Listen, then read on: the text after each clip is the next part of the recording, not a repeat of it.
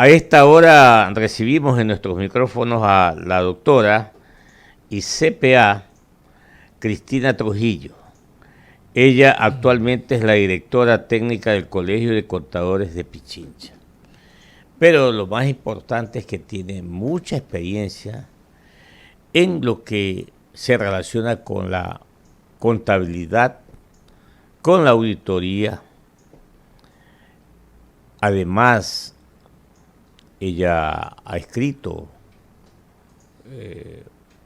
un libro que ya va por la 8ª edición relacionado con la tributación del país.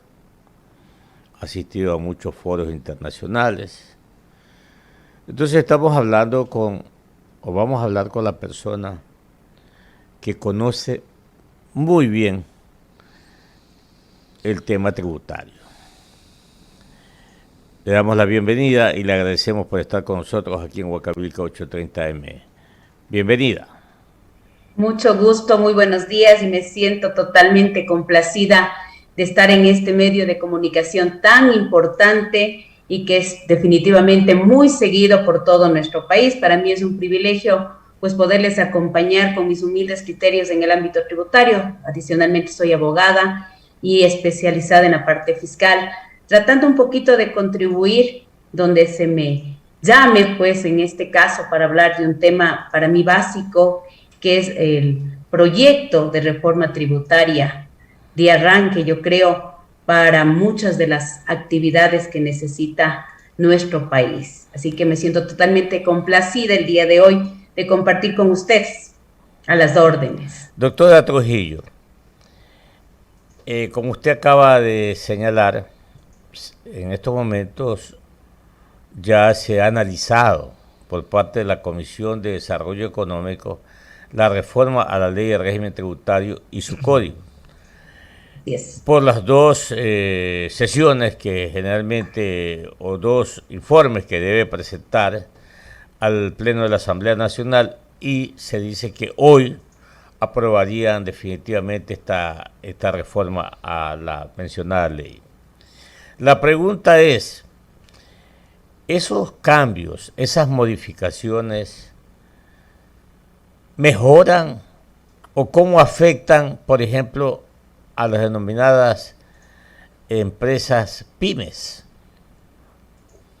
Bueno, es importante y quiero hacer un preámbulo a la pregunta y a la respuesta que vamos a dar el día de hoy. Sí, la Asamblea Nacional, en mi caso particular, fui invitada, fui de las primeras personas que se invitó para el análisis, para estos informes tan importantes que el día de hoy se va a concretar ya con la aprobación en la Asamblea, en el Pleno de la Asamblea.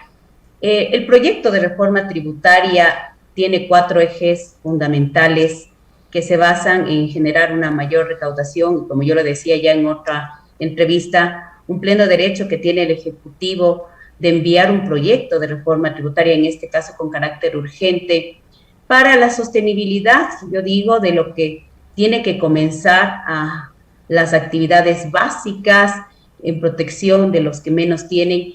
Y ahí está un sector muy importante, que es el sector de las pymes, de las micropymes, y un clamor que se venía dando, y que yo estoy muy de acuerdo con la eliminación, en este caso del régimen de las microempresas.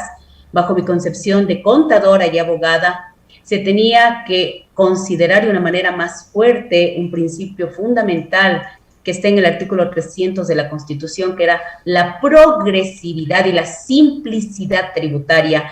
Y en la ley actual de microempresas, este principio no se lo veía realmente real, y había muchas, pero muchas quejas. Yo fui testigo como directora técnica del Colegio de Contadores Públicos de Pichincha y del Ecuador. Muchísimas microempresas, tanto personas naturales como sociedades y emprendedores, que tenían situación de pérdida real, porque nadie nos imaginamos un tema tan duro como la pandemia, en donde decían, ¿qué pasa con la progresividad? Tengo que tributar sobre un ingreso bruto el 2%, pierda o gane. Entonces, yo pienso que este proyecto, en este punto importante, sí recauda, sí tiene el clamor real de los microempresarios, llámese personas naturales, emprendedores y obviamente sociedades, el tema de eliminar esa no progresividad y reemplazar con un régimen que es el RIMPE, que sí está basado en la progresividad y evidentemente desde el que no tiene la cantidad de ingresos para tener una tasación, ahora sí es un régimen progresivo que va obviamente del 0 al 2%, y pienso que en este punto se toma en consideración lo que usted acaba de mencionar tan acertadamente, en generar ya un concepto real de tasación en función a mis ingresos reales, porque recordemos que tenemos un tema importante en lo que son las microempresas, definido ya en el artículo 106 del reglamento del COPSI, de este código orgánico tan importante, que somos ciudadanos, sujetos pasivos, que podemos tener ingresos de 0 a $300,000 y de 1 a 9 empleados. Entonces, en esa parte, mi criterio técnico jurídico, como contadora, como abogada, y que pude ver realmente los impactos, las quejas del régimen actual, porque hasta el 2021 estamos con régimen microempresarios, de microempresas, con la normativa tributaria que se aprobó en el año 2019 por la Ley Orgánica de Simplicidad y Progresividad Tributaria, que modificó nuestra ley tributaria, que hoy también se vuelve a modificar a través de la nueva propuesta de reforma tributaria. Entonces, sí, yo pienso que en este momento sí estamos generando un régimen que ha recogido todas esas, habemos puntos que el anterior régimen, el actual de microempresas, pues no lo tenía. 7:49 de la mañana aquí en Ecuador continental, dialogando con la doctora Cristina Trujillo, experta tributaria en el país. Le consultaba esto de las pymes porque en la vida siempre debe haber coherencia. Si el gobierno, en campaña del candidato Guillermo Alberto Santiago Lazo Mendoza, dijo que va a otorgar o conceder créditos al 1%, se debe pensar automáticamente en los microempresarios, que son los que deben de recibir, eso lo digo yo, no sé si lo van a hacer, esos créditos preferenciales, ¿no? Pero todo tiene que ir en coherencia, digo, ¿no? Porque qué tal si le damos crédito a estos empresarios y por otro lado les cobramos más impuestos, por otro lado les cobramos más intereses. Entonces, no estamos yendo en la línea. Las economías grandes, las economías que ahora son desarrolladas, se sirvieron de estas unidades productivas, crecieron, se desarrollaron a través de la microempresa. O sea, no estamos descubriendo nada nuevo aquí. Lo contrario, queremos es ir en la misma línea.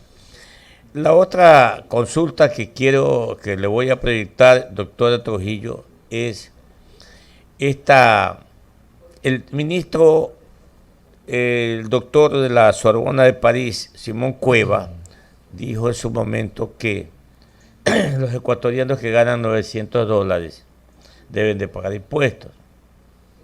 Luego subió a 1.200, luego a 2.000, y ahora la Asamblea Nacional, a través de la comisión respectiva, ha señalado que podría ser $2.600. El que gana $2.600 mensuales va a tributar. Teniéndose en cuenta también que ahí hay otro factor importante, doctora Trujillo, que es la clase media, la clase que demanda bienes, la clase que paga impuestos. Entonces, mi pregunta es a usted, como experta tributaria, ¿no cree que esa cantidad de $2.600 mensuales que gana un contribuyente o un ciudadano podría llegar a 3.000 y de esa forma pues ese ciudadano denominado contribuyente tendría un poco más de liquidez? Mi pregunta. Sí, es uno de los puntos que en mi intervención en la comisión que fui invitada, no solamente como directora técnica del colegio, sino como abogada tributarista, fue uno de los puntos, yo creo, de mayor análisis, sobre todo la tabla progresiva de impuesto a la renta que tenemos que pagar las personas naturales, ¿no? Y aquí quiero estemos sumamente claros qué es persona natural para términos fiscales de nuestro país, ¿no? Esa es la persona natural que tiene, pues, prácticamente una concepción de ser, de acuerdo al código incluso civil, esta persona de la especie humana, que vamos a tener responsabilidades, pero también vamos a tener derechos y que vamos a tributar por nuestras rentas del trabajo y del capital, que es importante que sepamos, ¿no? A un título gratuito o un título oneroso. Sí, este es un punto que yo pienso ha sido el de mayor debate, incluso mis criterios en el ámbito personal y particular como profesional.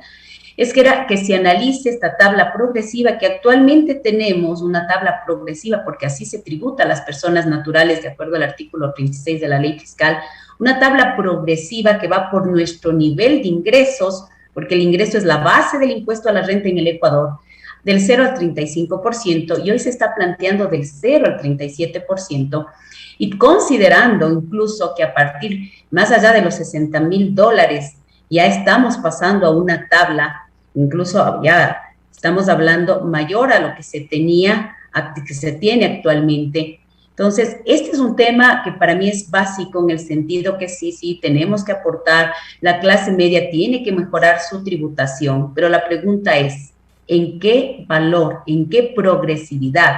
¿Cuál es esa medida justa que beneficie al Estado ecuatoriano, pero que también incentive la tributación de esta clase media? Porque yo comparto con usted, la clase media tiene que generar consumo, y a través del consumo se generan ingresos, y a través de los ingresos se generan impuestos. Entonces, ¿qué es lo que yo planteaba? Bueno, revisemos la tabla de impuesto a la renta, esa tabla progresiva, analicemos realmente hasta qué porcentaje de impuesto progresivo debemos pagar. Está a lo mejor bien la tabla actual y mejorar los temas a lo mejor de los gastos personales, o vamos a revisar este incremento de esta tabla, pero creamos otro nivel de progresividad, no generando una eliminación de gastos personales como gasto y colocando hoy como crédito tributario. En mi análisis técnico jurídico, yo, por ejemplo, soy muy partícipe de que sigamos considerando a los gastos personales esa deducción propia que trae la ley tributaria, porque a través de incluso de estos gastos personales se mejora el nivel de progresividad dentro de las personas de clase media, porque la clase media también hemos contribuido mucho al tema de la formalidad, en el exigir facturas con un incentivo que es la deducción.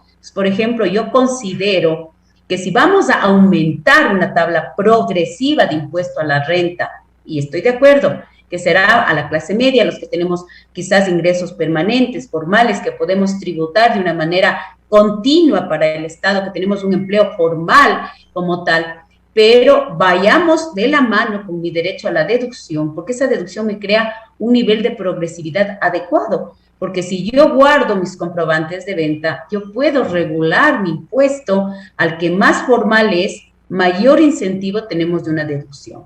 Sí, considero que este es un tema que se debatió mucho. La recomendación que incluso en el primer debate de la comisión era quedarnos con la tabla actual de impuesto a la renta o pasar a la tabla que se está proponiendo, pero tener un tema de regulación de la progresividad de mi impuesto a través de las deducciones de los gastos personales, porque se ha logrado mucho.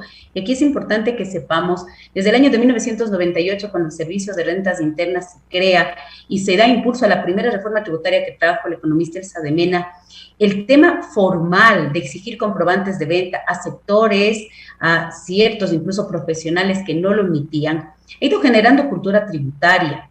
Y también el incentivo de tener estos gastos personales, aparte que contribuye a la formalidad, regulo mi progresividad tributaria, porque la deducción es una deducción importante, estamos hablando que es una deducción hasta el 50% de los ingresos grabados sin superar el 1.3 veces la fracción básica de la persona natural, es decir, que podríamos llegar tranquilamente a más de $14,000 de deducción en gastos personales, y esto es un tema importante.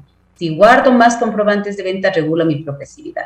Entonces, yo pienso que la Asamblea hoy tiene que tomar en cuenta de que sí queremos contribuir a la clase media, sí queremos aportar para el tema impositivo, sabemos que somos importantes, sabemos que tenemos que mejorar la recaudación tributaria, también a través del proceso de generar procesos de que no se den defraudación tributaria. Entonces, yo considero que es importante que si nos vamos a mantener con la tabla tal como está planteada actualmente ya para el debate del día de hoy en la Asamblea, se reconsidere el tema de gastos personales, que en primera instancia, pues lamentablemente no salió en el informe, se consideraba tener las mismas deducciones actuales y tácitamente eso me crea una progresividad, porque estoy de acuerdo. La clase media siempre tributamos y siempre seguiremos tributando y aportando, pero que sea, como lo dice la norma, un tema progresivo. Y la progresividad se busca a través de una buena colocación de tarifas progresivas y también se regula a través de las deducciones generales. De acuerdo con usted, doctora Trujillo, las deducciones tienen que mantenerse. Por lo menos mantenerse, por lo menos. Así es. 7:58, mi compañero, el licenciado Jorge Alberto Escobar de Mendieta, tiene más inquietudes para usted, doctora Trujillo. Gracias, economista acumulador, doctora. Un gusto saludarla. Bienvenida a Contrapunto. ¿Qué incidencia cree usted en materia de flujo económico, de poder adquisitivo, de disponibilidad monetaria, generaría estas exoneraciones o estas eliminaciones del IVA y del ICE, del impuesto al valor agregado y del impuesto a los consumos especiales, a varios bienes y servicios, ¿no? Allí tenemos, por ejemplo, el gel antibacterial, el alcohol, excelente, pañales, toallas sanitarias.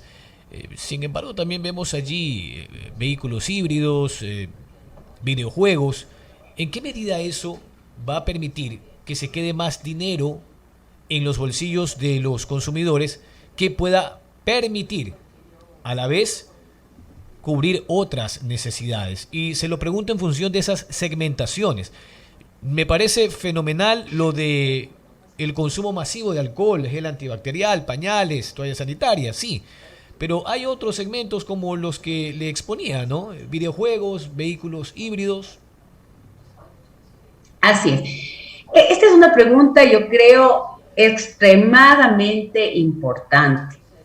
En nuestro sistema tributario nosotros tenemos impuestos directos, impuestos indirectos. Estamos todos conscientes que tenemos un déficit real de 3.700 y más millones de dólares. Sabemos que es parte fundamental y derecho real, como vuelvo y repito, del Ejecutivo plantear su reforma tributaria y poder obviamente cerrar este déficit que tenemos, pues obviamente tiene que ser a través del tema impositivo. Pero aquí hay un tema que es básico y es entender qué es el impuesto indirecto. El impuesto indirecto es el IVA, en donde vamos a realmente pagar los consumidores finales, los que no tenemos derecho a una compensación tributaria, a quienes definitivamente no hacemos del comercio una actividad habitual. Estamos hablando de aquel, hablemos, ciudadano normal.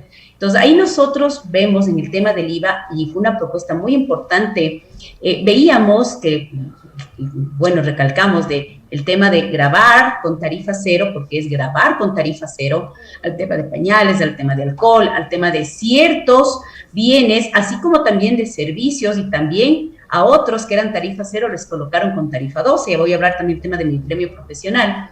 Pero cuando hicimos nosotros el análisis real, es cuánto verdaderamente le beneficia a ese consumidor final. Por ejemplo, en el tema de pañales, si le grabo con tarifa cero, está muy bien. Pero, ¿qué pasa si no está grabada correctamente su cadena productiva? La importación de maquinarias, las materias primas, ¿qué pasa con ese IVA tarifa 12?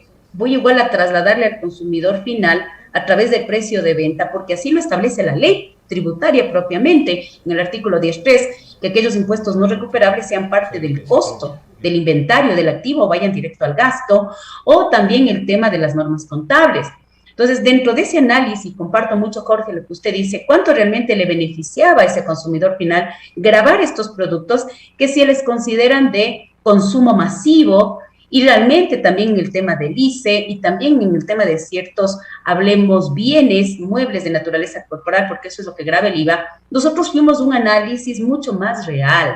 Si queremos darle ese beneficio de liquidez, porque es el consumidor final el que debe tener el dinero del día a día para poder cubrir sus necesidades básicas, y el ahorrarse un 12% sí ayuda, porque a la larga quien termina pagando un IVA, un ICE, siempre serán los consumidores finales, quienes no hacen de un comercio actividad habitual que se pueden compensar o que pueden recuperar los impuestos.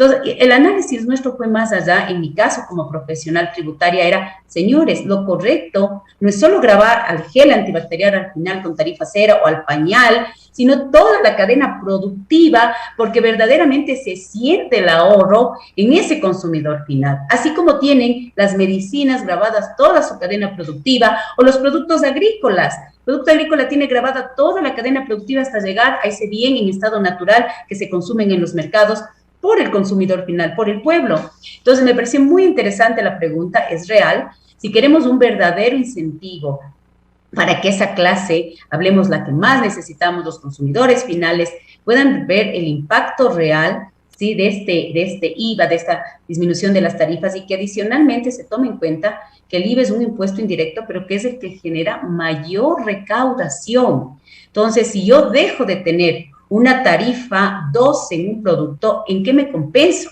En que exista mayor consumo. Y a la vez de mayor consumo, vuelve toda la cadena de la productividad, ese ciclo que se tiene que dar. Entonces, sí, hubo un aporte importante, y aquí sí hay algo que la Asamblea debe aprobar y que sí se recogió para este debate del día de hoy, es que se grave la cadena productiva, porque no me sirve grabar el producto final, sino toda la cadena, para que el verdadero consumidor final siente ese ahorro y que a la vez generemos consumo, porque eso es lo que estamos buscando. A mayor consumo, mayor productividad, mayores impuestos, pero de una manera, como yo siempre digo, progresiva, justa, equitativa, cumpliendo lo que establece nuestra Constitución. Así que me parece muy interesante lo que usted acaba de decir, y esto sí se ha plasmado, ha sido acogida la recomendación de todos los especialistas tributarios que tuvimos la oportunidad de ir a la Asamblea, y que creo que esto es bueno porque fueron muchos los invitados, muchos los criterios, no siempre vamos a coincidir en todos, ni todos los criterios van a ser plasmados ya en el informe, en el segundo informe que se tiene que debatir hoy en la Asamblea Nacional, pero por lo menos cosas importantes pensando en ese consumidor final, en incrementar en el consumo, en generar la liquidez que usted dice, pero a la vez también generar lo que tiene todo propósito de proyecto tributario, que es recaudación, pero una recaudación equitativa y justa. Ya se traduce en varios aspectos, ¿no? Uno de ellos es que también se eleve la recaudación tributaria, y ese era el espíritu original del entonces candidato Guillermo Lasso. ¿En qué medida, y esto para irnos a la otra orilla, doctora, habría un impacto fiscal? Porque no solo tiene que ver con la grabación cero, que usted lo ha dicho de manera técnica, de estos bienes y servicios en materia de IVA e ICE, sino también la disminución del IVA del 12 al 8% en 12 fechas de feriados durante todo el año para el turismo. Esto sin contar con la exoneración del IVA para el hospedaje exclusivamente de extranjeros. Entonces, según lo que en su momento dijo el ministro de Comercio Exterior, el señor Julio José Prado, el impacto de la eliminación y disminución de las tasas de cientos, de decenas de aranceles era de un poco más de 180 millones de dólares, algo que se hizo al inicio del gobierno. En este caso, con todo lo que hemos hablado, ¿a cuánto ascendería el impacto en la caja fiscal? Es decir, lo que dejaría de percibir versus lo que se multiplicaría producto de este incentivo, que es disminuir o exonerar algunas tarifas o algunos valores de los impuestos.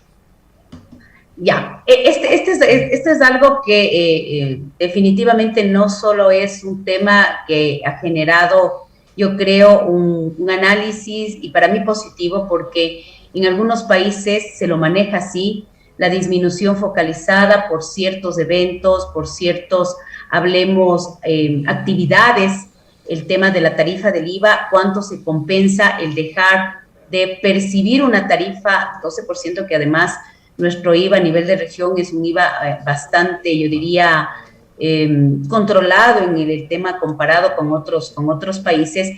Se entendería que lo que yo dejo de percibir por la disminución de la tarifa, por lo menos, debería generarse a nuestro criterio, a mi criterio técnico, por lo menos un incremento en la compensación, que debería ser de 1.5 más de lo que se deja de percibir. ¿Por qué? porque cuando uno deja de recibir 4 puntos, por ejemplo, en el tema específico, en estas fechas específicas para las actividades turísticas, que para mi criterio debería ampliarse para algunas cosas más, el tema del consumo debería por lo menos superar el 1.5 veces de lo que se deja de no percibir, que eso ya es para tema de un impuesto directo, hablemos indirecto, como es el IVA, que va al consumidor final, que ese es el objetivo, a mayor consumo, mayor recaudación a la larga. Pues para mí es importantísimo que no solamente se analice un tema exclusivo para lo que es turismo, sino para otros sectores en donde se podría realizar la misma mecánica. Entonces, yo por lo menos en ese punto considero que es muy importante, porque incluso el análisis de una disminución de tarifas en determinados sectores estratégicos sí va a crear un mayor consumo, y el consumo siempre se va a reducir, se va a resumir a lo que es productividad, empleo, ingresos y a la larga tributos. Entonces sí, yo pienso que en este punto es importante y acertado, y dentro de incluso de una de las propuestas que como Colegio de Contadores dábamos antes de que nazca el proyecto de reforma tributaria, es de que no solamente se analice para un sector, sino que se haga, qué sé yo, 2 fechas en el año que incluso no exista la tarifa del IVA, 12, sino en toda una tarifa cero como tienen otros países, y que se ha logrado realmente incrementos importantes de recaudación, pero es una recaudación que la gente lo siente e incluso como un incentivo de generar este consumo, y que a la larga el Estado lo traduce en un flujo de caja importante. El IVA siempre será uno de los impuestos que mayor recaudación tenga en nuestro país. Estamos hablando que más de $1.000 millones se recaudan por IVA, pero definitivamente no deja de ser un impuesto que impacta al consumidor final, y si es que la tarifa cero es más controlada en ese consumidor final, el consumo se incrementa. Es por eso que tenemos 2 artículos importantes, que es el artículo 55 y 56 de la ley tributaria, que establece todos los bienes y servicios con tarifa cero, y obviamente lo que nosotros buscamos es esto, que se reemplace una tarifa cero, sí, pero ¿cuál es el objetivo? ¿Cuál es el impacto real de consumo? Estaba mirando incluso ahora a alguien que decía, ¿por qué no bajamos en muchos más productos, en muchos más servicios la tarifa y hacemos un IVA diferenciado? Bueno, el IVA siempre será un impuesto de mucho análisis, de mucho tratamiento, porque el que termina pagando, el que termina consumiendo siempre es la persona natural, aquel que no puede generar una compensación. Bueno, eso también debería estar atado a la elevación de los índices de empleo pleno, doctora. Total. Y lo otro, esa ampliación sobre la que usted propone, en el caso de la disminución del IVA, que no solo sea para el turismo, habría que ver si está dentro de las expectativas o los intereses del Ejecutivo, más aún cuando en la última recaudación tributaria del 2020, por más de $12.500 millones, el IVA generó al menos el 50%.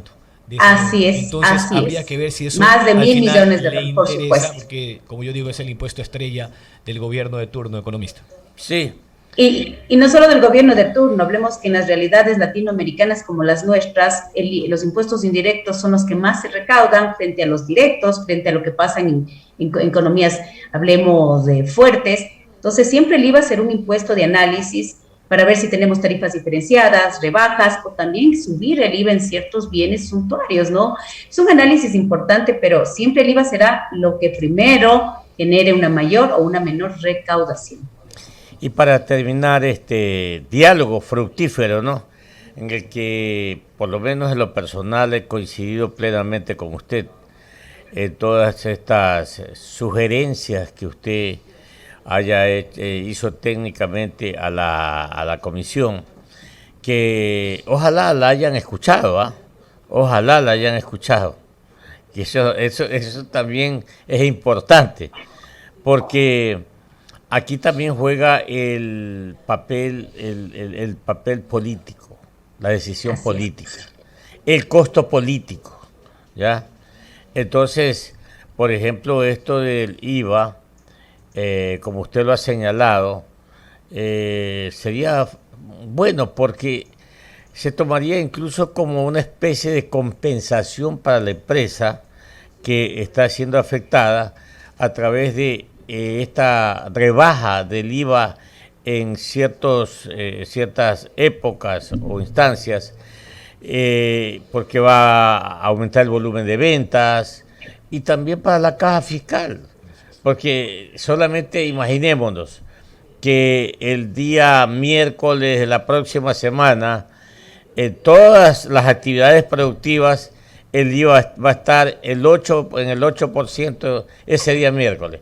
Todo el mundo va a demandar bienes, todo el mundo, porque, por ejemplo, alguien que quiere comprar un vehículo que cueste $30,000, imagínese usted, rápidamente echa el cálculo y dice, ahora lo compro.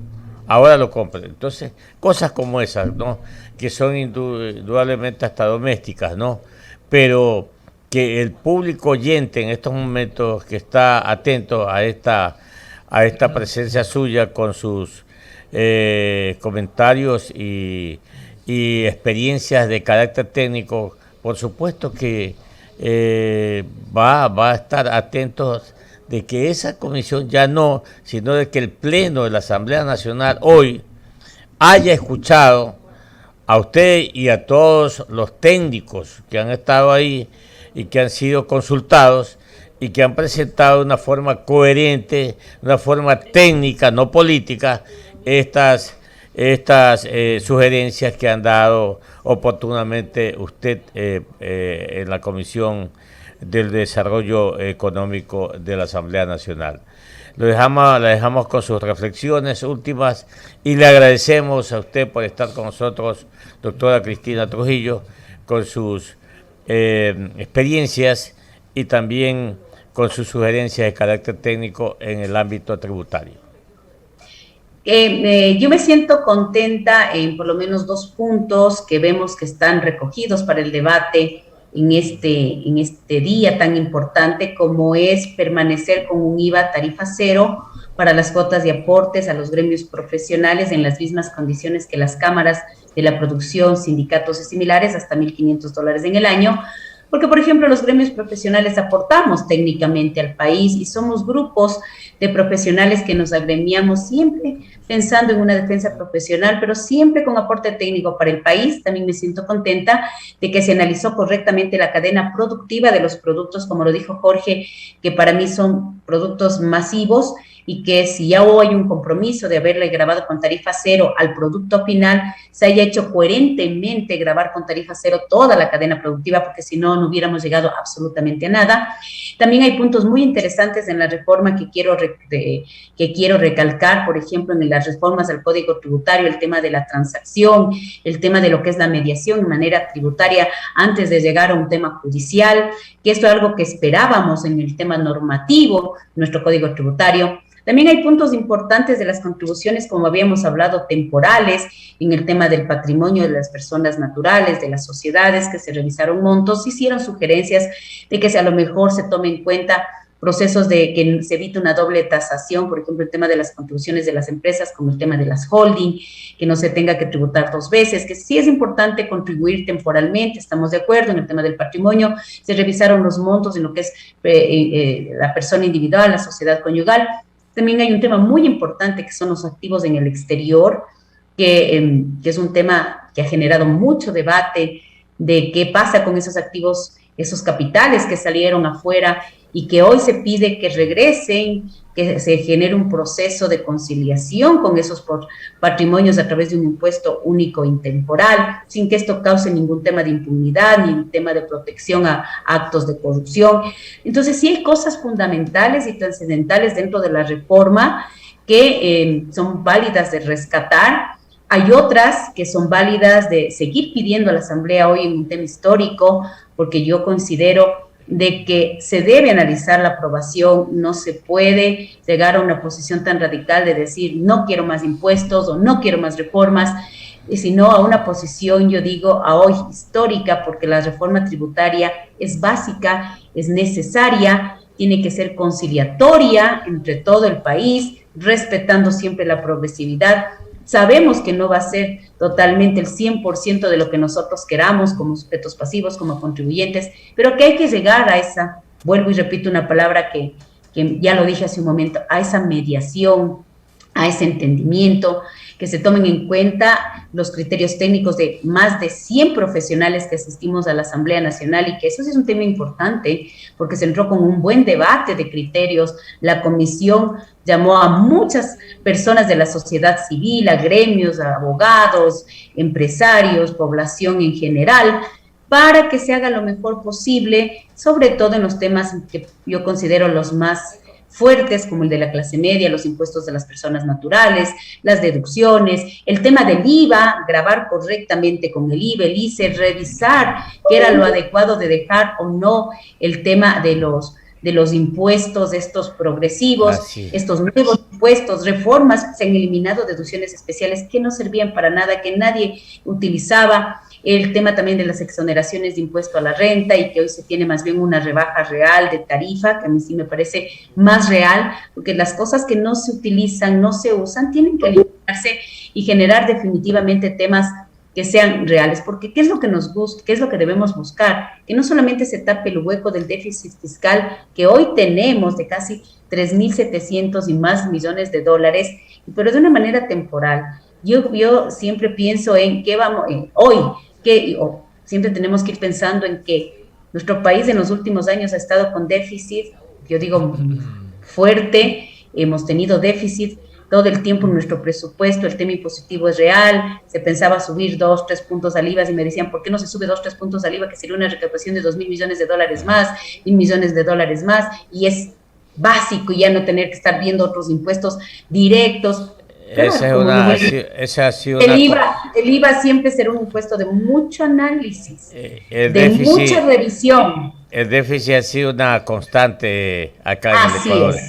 Doctora Trujillo, los compañeros del deporte nos quieren matar, se nos hemos robado un abrazo 20 minutos, pero esta personal, ¿qué le gusta más? ¿Hacer la docencia o defender a los empresarios?